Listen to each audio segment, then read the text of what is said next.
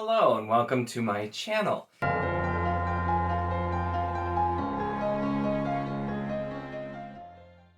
In this video, I will be discussing Cytonic by Sanderson, which is the third book in the Skyward series that just came out here on Tuesday. So I ordered it direct from Sanderson and got a signed stamp one, which was basically the same cost as just buying it new anywhere else.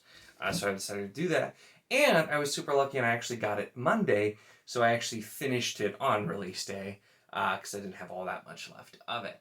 But let's talk about this one. And the first thing I want to mention is this is the third book in the series, and around this, there were also 3 novellas that Sanderson did with Jancy Patterson, 2 of them which came out prior to this book, and then a third that's going to be coming out next month. And Sanderson himself has said, too, they're not required reading to read before this, but I do think it makes a lot of sense to read them first. Like I said, you don't have to. They're not specifically related. I think the third novella is going to be kind of tying things back together. But we get POVs from FM and then one from Alanek. And it really added something because I feel like the first book was strong because we got the whole flight. And then the second book was really just Spencer for the most part. And then this third book is really, really just Spencer because it's on her adventures in the place she ended up at the end of the second book. So I would recommend those. And then the other big thing, and it was funny because I was talking about this in Discord, and then I saw he sent out a newsletter and mentioned it as well. But the premise for this series, it comes from a short story novella he did years ago called Defending Elysium. And prior to this book, it wasn't super relevant. And in fact, it almost in some ways, I wouldn't say spoiled, but it showed some things, or the start of some things, that you don't find out until later. So I think it makes sense to probably read the first book or 2 before. But prior to this third book, I would also highly recommend reading Defending Elysium. It's really good, and it's a really interesting premise. I actually would love to read a series that starts there as well, because I really enjoyed that and just thought the premise itself is very cool. You start to touch on some of the themes there in book 2 of the Skyward series, but there are direct references to Defending Elysium in Cytonic. So that's why I would recommend reading that first. And actually, for the first time, it had been free on his website for a long time, basically since he wrote it. But it sounds like they're doing an official ebook release, so you can actually get an ebook of it versus having to read it on the website like I did years ago, if you do want to read that first. So I would just recommend reading those. Like I said, they're not required to read this book, but I think they help fill in some of the gaps. The first 2 novellas take place somewhat at the same time as this, and so I think it's all leading up to the third one too. I pre-ordered all of the ebooks of the novellas, and then now it sounds like there's a hardcover that's going to be coming out in April, which granted, if it would have been sooner, I might have waited for it, but like I said, I recommend reading these first. So even with that release coming out, if you want to wait, I totally get it. But I think it fills in some gaps. You could definitely still do them after, and I think it would be fine too, if you just wait to read them all until that point.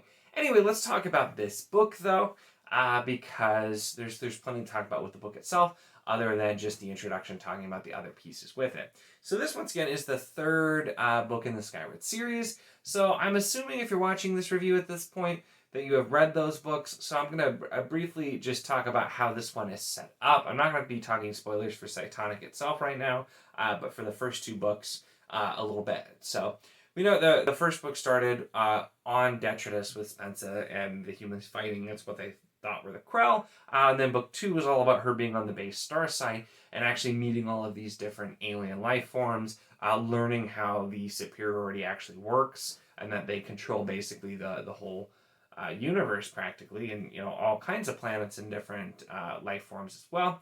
And then that ends with them chasing her, and she jumps into the nowhere in order to escape.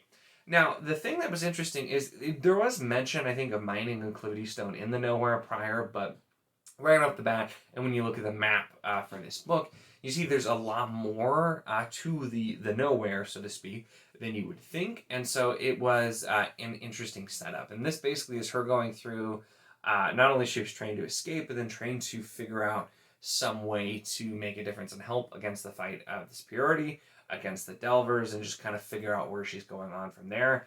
This does come as the third book, so this is kind of, I think, the transition into the fourth book, where each book has felt pretty different because of the fact that we've had three very, very different settings. I'm thinking everything's going to end up tying back together in the fourth book. Of course, that's just speculation because I don't really know anything about the fourth book, other than that there will be one.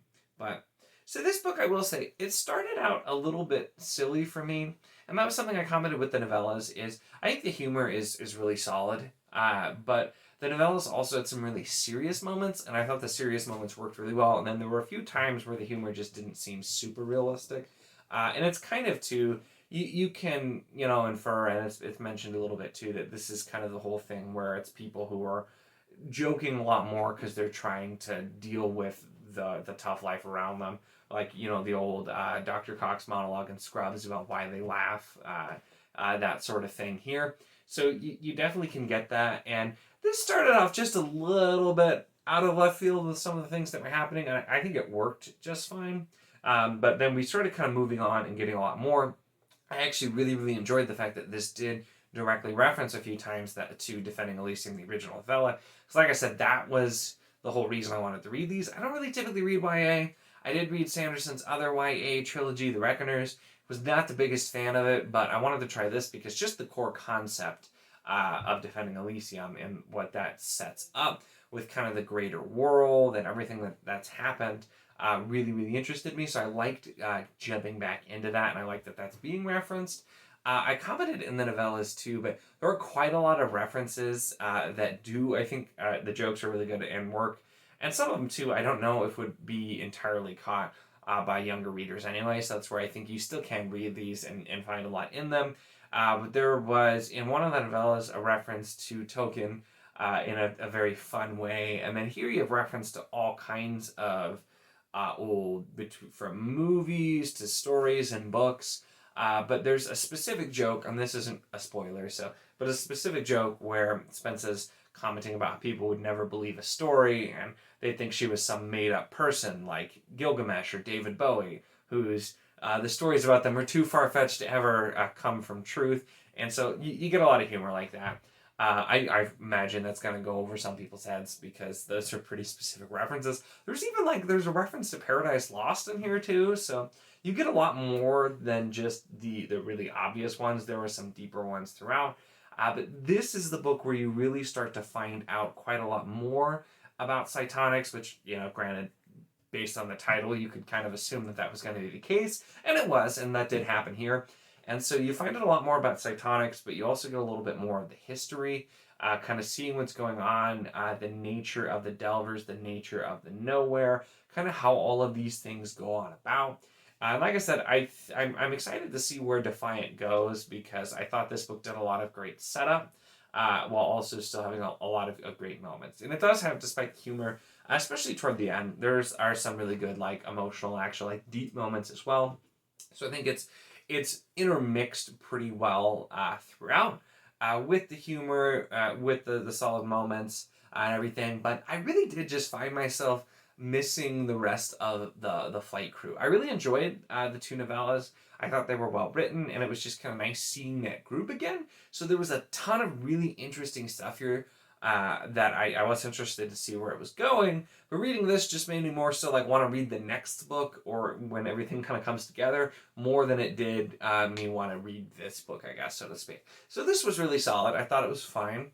But I do think it's, and granted, they're first person anyway, which is why getting different POVs, still first person POVs, but different POVs from the novellas were nice, because you get to see some other people's perspectives as well. But I do think it just, it was the same thing with Starsight. You got kind of a new cast, and there are definitely some great characters that were introduced. You do get some characters introduced here that work out as well. But you just still kind of I kind of want to know what's going back on there. And that's why, although I kept wanting to hear more of what was going on from the novellas, that's why I recommend reading those first, because you get that kind of extra bit. You know what's going on, and then you can just focus on this book and see what's happening with Spencer.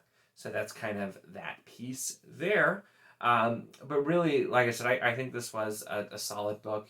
And it did something Sanderson definitely likes to do, where he sets up some answers that seem somewhat obvious and then kind of wraps around and has things connect. he's a really big fan of doing that, where there's all the little clues throughout, and then some of them, it seems like you can tell what's happening, and then kind of spring some things on you. And so there's definitely a lot of that here. The nice thing too is it's not done in a way where you might get in some way where it's like, we're gonna make it really, really obvious, and then just nobody else is gonna notice, and you're gonna have to believe that the characters really didn't realize. No, because we're following Spencer, who's definitely gonna question things. So you have Spencer too, kind of dealing with not knowing who she can trust and being suspicious of people, and when things seem too coincidental. And so that really kind of worked, where even with our main character actively looking for what's going on, there are some surprises at the end of this book, things that you weren't probably expecting to see, that just help fill in some of the information. Also, there was too, it wasn't confirmed here at all, but I definitely have some questions at this point going back to the figments, which they don't appear in this book, but there was just some other things that were talked about here that made me wonder about them. And looking at the different species too, there are some more interesting species introduced that I don't believe were in the second book. I didn't do a reread prior because I still remembered everything pretty well. But so we get some additional species introduced, and just looking at some other organizations within basically superiority and within the Noir, and where we're all going there. So you get some new stuff for sure. But I definitely have a theory about the figments, who were like the sapient smells, basically. They were like a scent, but somehow are also a figment of something. So that they were one of the more oddball species that was created.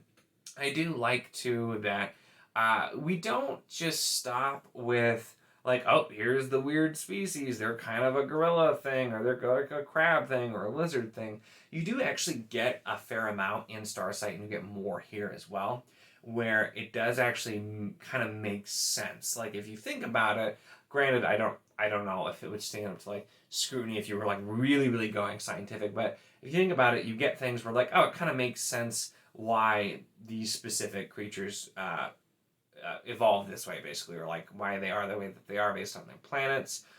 You got some of that when we actually got to see Redon in Redon as well, getting to see another planet. So this just getting exposed to some of these other creatures, finding out more once again about just the different types of life forms and how they work, how like the non-aggression thing works. You do get quite a lot of background in this one, more than I thought, because that was mostly in Starsight. But like I said, this starts to really open up the broader picture, and I think it does a good job doing that.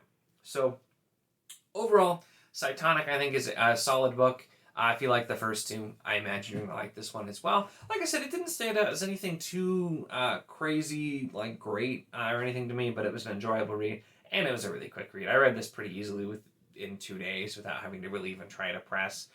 So it's not something that's going to take a whole lot of your time to read, and it's good continuation. And like I said, this has me actually pretty excited for the fourth book, because that's where I'm interested to see where this one goes. Whereas with Reckoners, I felt like each book kind of went until the ending I didn't care for in the third book of that trilogy. This seems like it's ramping up to some big things, and it also definitely addresses some of the things that were a little bit less liked about the ending of the second book. So it seems like what happened there was very intentional and does come back around too. So you get a lot of things coming back around there. You start to get some more potential information about a lot of different pieces that are tying back all the way to the first book. So it really is coming together, coming around, and I think Sanderson's done a really good job with it. So I have high hopes for the fourth book. Like I said, this isn't like a favorite series of mine or anything, but it's very entertaining, easy to read, and has good characters, good writing, and generally good story here. So this is like I said, a fun read. Nothing gonna blow you away, but if you've enjoyed the other books in the series, I think you're gonna enjoy this one too. So that's kind of where I landed here. So those really are my thoughts on Cytonic. Let me know in the comments if you have read this or are going to read this. I know this will be coming out a few days after it's been released, because this should be Friday when I actually post this video. So that gives some time if you're going to read it right away like I did. So let me know if you've read it, what your thoughts are. Also, if you did read the novellas too, and kind of your thoughts on reading those. And if you've read Defending Elysium, because I think a lot of people didn't know about that. with it too. I've read a lot of the stuff that he had posted on his website years ago when I was waiting for more of his books to come out. So I know not everybody was even aware that existed, but let me know your thoughts on this. With it, I probably won't do like I didn't talk any spoilers in this one, and I figured there was enough generally to say with it, and so with it being a third book too, it's just kind of harder to do spoilers because there's going to be less people who are able to kind of do that, especially with waiting. And since I was doing this very close to release, I just wanted to be careful not to spoil anything. But those are my thoughts. Like I said, let me know your thoughts in the comments down below. Make sure to give this video a like if you enjoyed it. Check the link in the description for the Wizardly Duo Discord if you want to join us there and have any discussions about this book, any books, or just really anything. We've got a great community and we would love to have you. And of course, if you enjoy my content, make sure to subscribe.